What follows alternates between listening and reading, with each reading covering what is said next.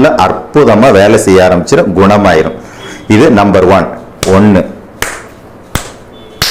இப்படி உள்ளங்கை பகுதியில இந்த பக்கம் 30 செகண்ட், இந்த பக்கம் 30 செகண்ட் உள்ளங்கையில நல்லா அழுத்தி குத்துனீங்கன்னா இதய பகுதியும் அது சார்ந்து அது சுற்றுப்புற பகுதியும் சூப்பரா வேலை செய்யும்.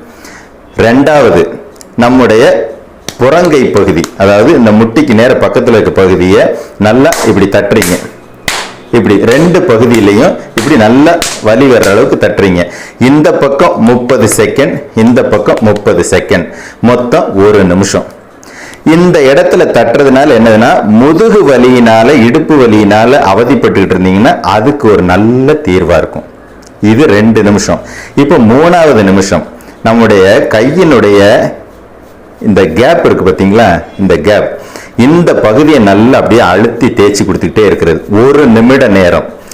நல்லா இப்படி அழுத்தி தேய்ச்சி கொடுத்துக்கிட்டே இருந்தீங்கன்னா இடுப்புக்கு கீழே கால்கள் இருக்கக்கூடிய பகுதி உள்ளங்கால் வரைக்குமே ரத்த ஓட்டம் அருமையா போக ஆரம்பிச்சிடும். செக் பண்ணி பார்த்துக்குங்க. இப்போ 3 நிமிஷம் முடிஞ்சிருச்சு. இப்போ 4வது நிமிஷம் என்ன பண்றீங்கன்னா, இது சாதாரணமா எல்லாருக்கும் தெரிஞ்ச விஷயம் தான், கை தட்டுறது. இந்த கை தட்டுறது என்ன பண்றீங்க, நல்ல வேகமா சூப்பரா அடிச்சு தட்டுறீங்க 1 நிமிஷத்துக்கு இடைவிடாம. இப்படி தட்டலாம், இல்ல இப்படி தட்டலாம். நானா நல்லா அழுத்தி தட்டணும். தட்டுனீங்கன்னா உடம்புல இருக்கக்கூடிய 7 சக்கரங்களும் வேலை செய்யும். ஒட்டு மொத்தமா உடம்புல இருக்கிற எல்லா முடிச்சுகளுமே வேலை செய்யும். இது இப்ப 4 நிமிஷம் போயிருச்சு. அடுத்தது 5வது என்ன பண்றீங்கன்னா, இந்த கையினுடைய இந்த சைடு இருக்கு இல்லையா, இதை நல்லா சூடு வரக்க 1 நிமிஷம் இப்படியே தேய்ச்சிக்கிட்டே இருக்கிறீங்க. தேய்ச்சிக்கிட்டே இருக்கலாம், இல்லை இப்படி தட்டலாம். இப்படி செஞ்சுக்கிட்டே இருந்தீங்கன்னா தோள்பட்டை அந்த ஜாயிண்ட் எல்லாம் இருக்கிற வலி, கழுத்து இந்த பக்கத்தில் இருக்க வலிகள் பூரா சரியாகும். நல்லா தேய்ச்சி கொடுக்கலாம். இப்படி தட்டிக்கிட்டே இருக்கலாம் 1 நிமிஷம். இப்போ 5 ஆயிடுச்சு.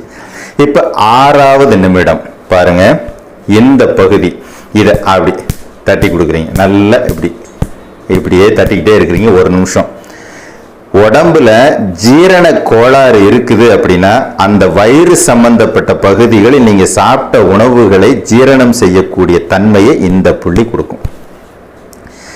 7வது புள்ளி மிக முக்கியமான புள்ளி. எல்லாருமே பாத்தீங்கன்னா கைகள்ல இந்த மாதிரி கயிறு கட்டுறது, செயின் போடுறது, இதெல்லாம் எல்லாரும் ஒரு வழக்கமா வச்சிருப்போம். காரணம் என்னன்னா, உடம்புல குழந்தை பேர் உருவாகுவதற்கு அணுக்கள் குறைபாடு இருந்துச்சுன்னா இந்த பகுதி முக்கியமான பகுதின்னு சொல்லுவாங்க. ஏன்னா உடலில் உள்ள உள்ளே இருக்கக்கூடிய ஆர்கான்ஸை எல்லாம் ஆரோக்கியப்படுத்துறது, தேவையான இடங்களுக்கு சக்தியை கொடுக்கிறது. அணுக்கள் குறைபாடு இருந்துச்சுன்னா அந்த அணுக்கள் குறைபாடை அதிகப்படுத்தி கொடுக்கிறது. குழந்தை பேருக்கு அந்த ஸ்பெம் கவுண்ட் அப்படின்னு சொல்லுவாங்க, அது கம்மியா இருந்துச்சுன்னா குழந்தை பேர் ஏற்படாதுன்னு சொல்லுவாங்க அவங்களுக்கு. அப்ப இந்த பகுதி என்ன பண்ணலாம், இப்படி கையை வச்சு இப்படி தட்டியும் கொடுக்கலாம் 2 கையிலையும். இல்லைன்னா இந்த பக்கத்தை இப்படி நல்லா டைட்டா பிடிச்சு இப்படி சுத்துறது, இல்லைன்னா இப்படி சுத்துறது. இது மாதிரி இதுல 30 நிமிஷம், இதுல 30 நிமிஷம், ஒட்டு 30 செகண்ட். ஒட்டு மொத்தமாக இதுல ஒரு 30 செகண்ட், இதுல ஒரு 30 செகண்ட், அவ்வளவுதான். இப்ப பாருங்க, ஒட்டு மொத்தமா 7 நிமிடம் தான். மொத்தத்துல 7 நிமிஷத்தை செலவு பண்ண போறீங்க. ஒட்டு மொத்தமா உடம்ப ஆரோக்கியப்படுத்திக்க போறீங்க. ஒரு முறை ஞாபகப்படுத்துறேன். 1 2 3 4 5 6 7, மொத்தம் 7 புள்ளிகள், 7 நிமிடம் உங்களுடைய ஒட்டு மொத்த உடலின் ஆரோக்கியத்தையும் திரும்ப கொடுக்கும். ஒரே நாள்ல தெரிஞ்சிருமா? சிலருக்கு இந்த சந்தேகம் வரும். கண்டிப்பா தெரியுங்க. அவங்களோட உடல் பாதிப்பை பொறுத்து 1 நாள்லயோ 3 நாள்லயோ 7 நாள்லயோ 10 நாள்லயோ தெரியும். 7 நிமிடம்ங்கிறது மிக சாதாரணமான ஒண்ணு. நீங்க பஸ்ல போகும் பொழுது, சும்மா சேர்ல உட்கார்ந்து இருக்கும் பொழுது, டிராவலிங்ல எப்ப வேணாலும் நீங்க செயல்படுத்தக்கூடிய ஒரு எளிமையான முறைதான்.